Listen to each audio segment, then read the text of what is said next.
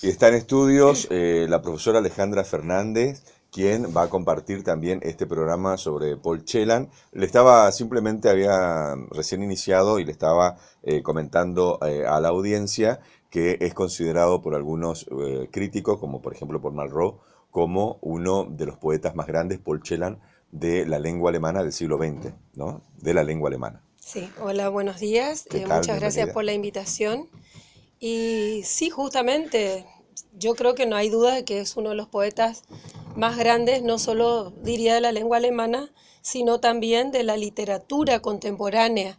Igualmente hay muchas discusiones en torno a cómo debe tomarse su poesía y si su poesía responde, a qué cánones responde su poesía o si a partir de su poesía se inicia una nueva canónica, ¿no? Sobre todo a partir de lo que significó el holocausto, de lo que significó sobre todo el emblema de Auschwitz respecto de la posibilidad de la continuidad de la cultura en un sentido general y en particular respecto de la poesía.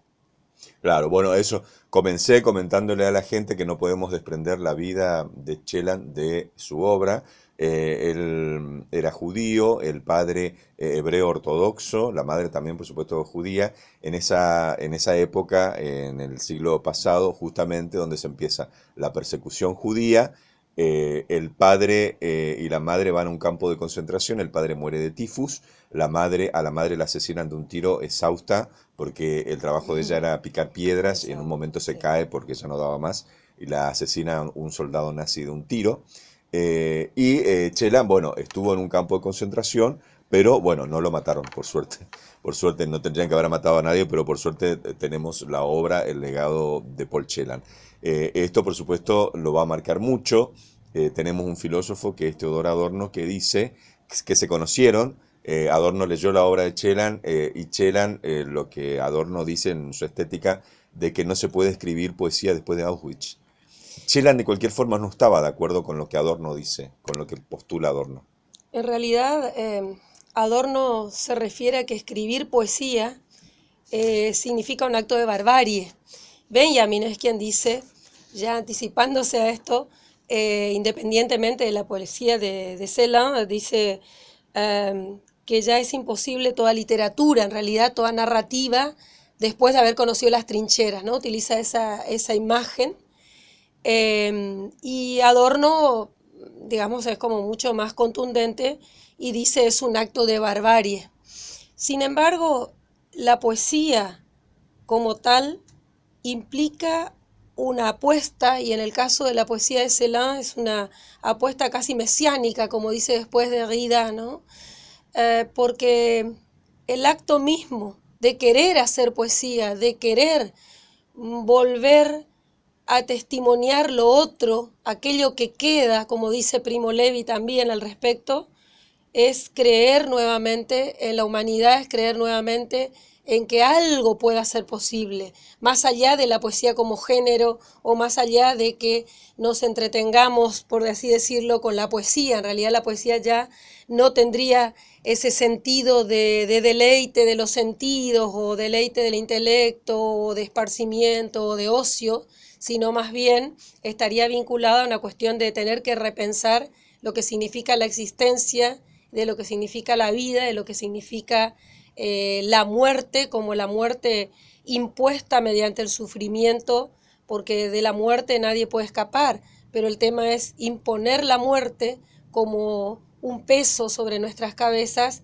y la muerte como el desmembramiento de la posibilidad de ser, la muerte como dolor, la muerte como sufrimiento. Por supuesto, hay algunos, y esto se desprende también en el cine de Bergman, en uno de los personajes de Fresas Ah, Salvajes, que van un poquito más los allá. No showers. solo no se puede escribir poesía después de Auschwitz, sino no se puede creer en Dios después de Auschwitz, ¿no? O Todas sea, las condiciones de vida Auschwitz han es una cambiado, bisagra para toda la humanidad, todas las ¿no? condiciones de vida han cambiado.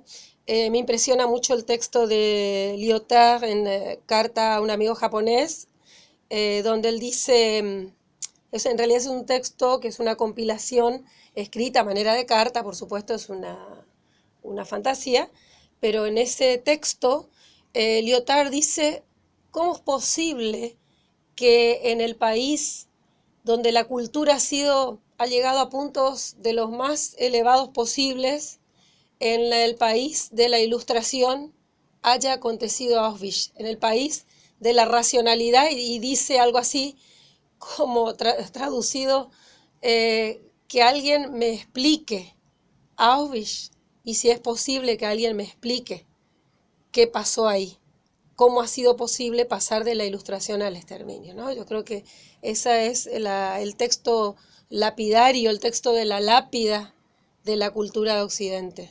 Claro. Bueno, la tierra de Hölderlin, Goethe, Kant y Hegel pasó a ser la tierra de Hitler, Goering, Goebbels y todos los Y los asesinos. campos de Y exterminio. los campos de exterminio. Cuando hablamos de Auschwitz, hablamos como paradigma en el sentido porque se cree que, bueno, fue el campo más grande de concentración, pero que los nazis tuvieron 100 campos de concentración De concentración y de en toda Europa. exterminio, porque estaban distinguidos. En Estaban Auschwitz distinguidos, se claro. dieron las dos En cosas. realidad, en Auschwitz trabajaban y los exterminaban en Treblinka, que era un campo directamente de exterminio, Y ¿no? en realidad, y lo que pasa es que Auschwitz fue como el paradigma del exterminio, porque estaba totalmente, no fue algo casual o algo que se fue haciendo en función de circunstancias, sino que fue perfectamente planificado. O sea, la planificación de la muerte masiva, la planificación de la muerte anónima, el anonimato total. Por eso es que conmueve y por eso es que se utiliza como paradigma, pero no habría que olvidar cuántos otros campos más han continuado después de Auschwitz, que todos pensábamos es la bisagra, el antes y el después, y en realidad habría que retomar y parafrasear aquella idea de Arendt sobre la banalización del mal. ¿Cuántos Auschwitz sucedieron después y siguen sucediendo? ¿Cuántos más?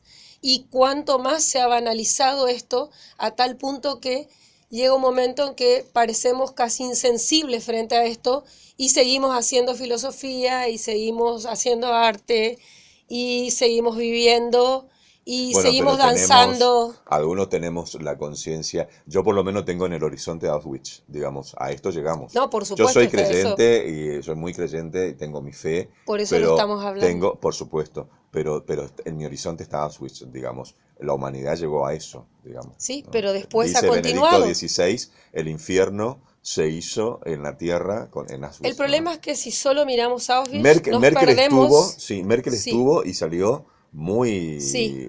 lo ha Al visto muy respecto, mal, muy mal. quiero contar sobre un texto que compré el año pasado en una pequeña librería polaca en París. Un texto ilustrado, porque en realidad es un texto es para adultos, pero en realidad está hecho para adolescentes, y que se llama ¿Por qué nosotros no vamos a Auschwitz? Y el texto trata de dos jóvenes que, como muchos otros jóvenes europeos, quieren ir a peregrinar, por así decirlo, a Auschwitz, por su ascendencia polaca. Y estos jóvenes emprenden su camino y en medio del camino empiezan a reflexionar y cuando ya están llegando deciden regresar y explican muy bien por qué. Porque en parte se dan cuenta de que ir a Auschwitz, más allá de que creo que todos deberíamos ir, Sí, sí, más allá seguro. de ir a Auschwitz, poner en Auschwitz toda la carga implica no ver lo que verdaderamente significó y lo que sigue significando para la humanidad. Es decir, como ponerlo allí, como decir, el horror ha quedado encerrado aquí, en este lugar, el horror está aquí y más horror que este no puede haber. Y lo cierto es que en el texto los jóvenes se dan cuenta, estos jóvenes judíos practicantes, se dan cuenta y dicen, en realidad Auschwitz ha abierto las puertas del infierno. Y me pareció impresionante ese texto, realmente impresionante, porque terminan concluyendo no ir a Auschwitz, no por ignorarlo, sino todo lo contrario, por decir Auschwitz sigue aconteciendo. Muy bien, vamos a darle un respiro a la gente con un tema musical, realmente, bueno, un tema duro.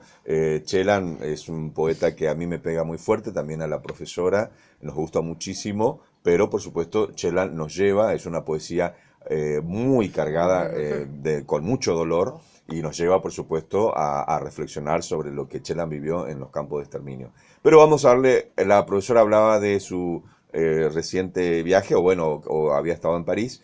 Vamos a escuchar un tema donde este joven cantante parisino habla solamente sobre la ciudad de París y después la profesora lo va a anunciar correctamente. Bueno, primer pausa.